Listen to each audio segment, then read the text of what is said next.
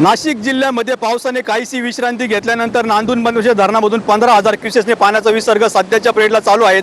जाणून घेऊयात काय सांगाल तुम्ही या नांदूर मधमेश्वर धरणामधून या आधी किती पाणी सोडलं होतं आणि आत्ताच्या पिरियडला किती पाण्याचा विसर्ग सुरू आहे? नमस्कार। आज रोजी 15,655 विसर्ग चालू आहे।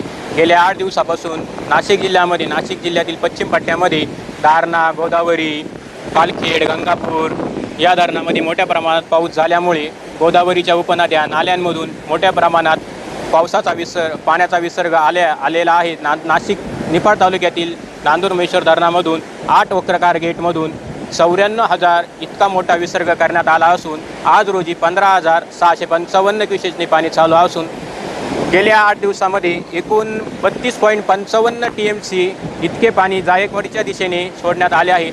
आपल्या नांदूर मधमेश्वर 8 वक्राकार गेटमधून अतिशय मोठ्या प्रमाणात हा विसर्ग झाला असून या 8 गेटचा अतिशय मोठ्या प्रमाणात आपल्याला फायदा होत असल्यामुळे शेतकऱ्यांमध्ये पण आनंदाचं वातावरण आहे। सायखेडा, करंजगाव, शिंगवे या शेतकऱ्यांना पण दिलासा मिळाला आहे। आपल्या 8 वक्राकार गेटमुळं दिलीप काका बनकर यांच्या प्रयत्नामधून 10 गेटचे काम सुरू आहे। ते पण काम झाल्यानंतर अतिशय म्हणजे पाण्याचा विसर्ग जोरदार प्रकारे जाईल। धन्यवाद। कॅमेरामन आसिफ पठाणसह रवींद्र जाधव, LS मराठी, नांदूर मधमेश्वर।